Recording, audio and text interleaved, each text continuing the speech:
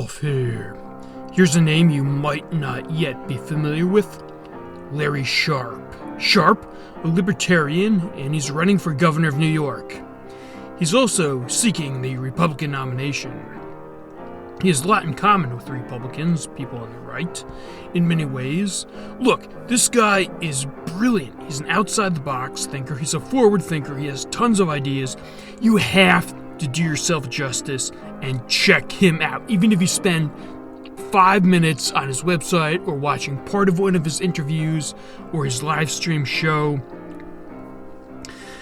I'll talk more about his specific ideas later in the show, and at the end I'll tell you what you can do starting today, this afternoon, tomorrow morning to make this happen, because it's only going to work if we start from the grassroots level and work our way up.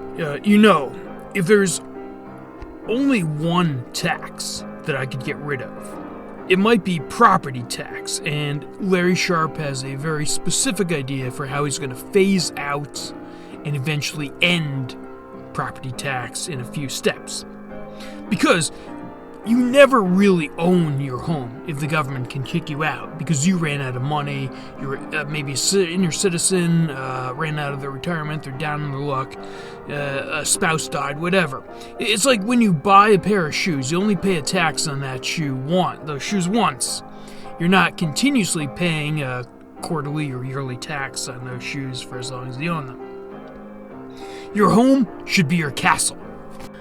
But I'm going to talk more about Larry's campaign strategy for how to actually win on the Republican ticket in New York, something that hasn't been done in over 20 years. Look, he starts off his campaign speech by saying you can be as conservative or as liberal as you want to be, as long as you are not requiring anyone else to be. Like I said, he has a lot in common with the right. Less taxes, less bureaucracy, less pointless regulations that stifle small businesses. But he also has elements that people on the left are going to like.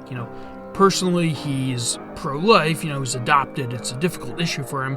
But policy-wise, he's pro-choice. He tries to be consistent with his righteousness of the less government involvement in people's lives, the better. And he'd rather take his chances with freedom and trusting people to one of the most consequential decisions of their life, not trusting a judge or a politician to grant them permission.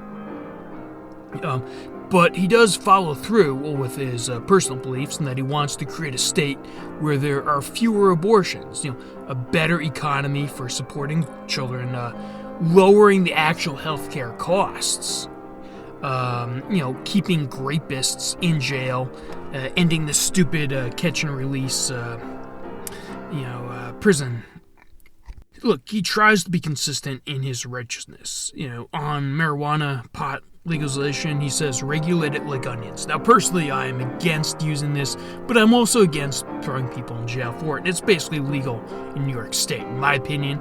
It's just been transferred from one group of drug dealers in the streets to the drug dealers that are New York State bureaucrats. Now, one of his strategies as a campaign is he urges his supporters to be kind to people that disagree with him. Particularly in this climate where everyone gets so contentious, if someone calls you an idiot, are you ever going to want to come over to their side even if you change your mind?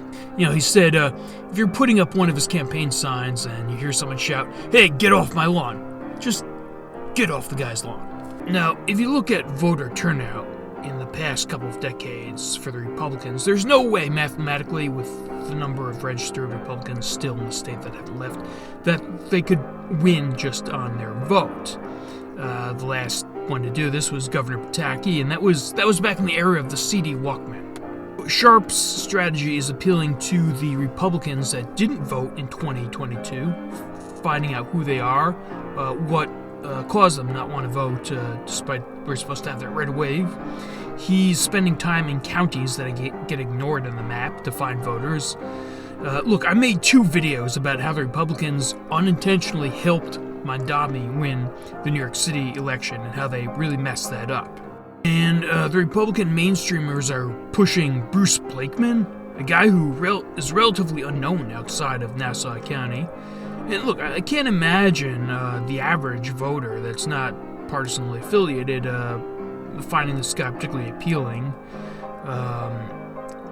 Spend 5 minutes on Larry Sharpe's website and spend 5 minutes on Bruce Blakeman's website and ask yourself which guy looks like they have the motivation and enthusiasm to actually win this. Sharpe is really innovative. Look, he ran for governor in 2018. He wasn't allowed in the debates between Cuomo and Molinaro. So what he did is he filmed himself reacting to the debates, answering the questions, and edited that in, and he posted that up on his website. And it was kind of fun. He didn't take it too seriously, and it was just a great idea. Also in 2018, in what looked a lot like voter suppression, the Libertarians weren't given a line on the ballots.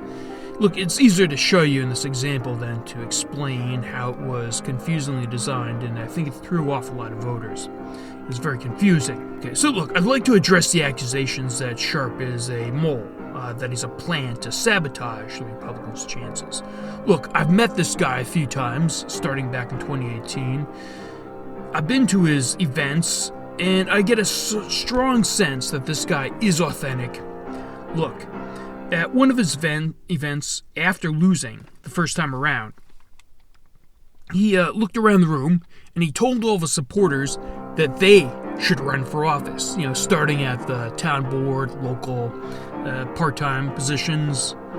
Then he goes on to explain what the minimal requirements, the things you need to run a campaign on a low budget are. Like the minimal staff that you need working for you, roles they have, being able to take at least one weekday off a week to go to events. How often have you heard a so-called populist or progressive actually advise their own fans that they should run for office? I know that's a good thing. Yeah, of course, we never really know who politicians are, and we often find out too late. But look, if I didn't believe this guy, I wouldn't be making this video in the manner that I am. Now, I'm not a libertarian, but I think the right for now, going in a libertarian direction would be a good thing, less government involvement in our lives. Look, this guy might get 10% of his plans actually enacted through our state legislature and, Senate, very status quo types. But even that will probably be enough to turn things around to invite upward mobility into New York State. Anyway, check this guy out. Oh, and also for the ones saying, well, it's gonna steal votes from Blakeman. Yeah, well, that's a status quo argument right there. It's not his vote, it's your vote. You can vote the way you want. Sharpe is one of the rare candidates I want to vote for, win or lose. Again, check out my videos on how the Republicans messed things up and handed Madami the election, though I think he would have won anyway. Look, so this will be a grassroots campaign. If we're gonna win, we have to get the word out. And remember, be nice to the people you disagree with. Make this an invitation to Sharpe's campaign. And remember, we are the campaign. Well, thank you for watching. Until next time, life, liberty, and pursuit of all.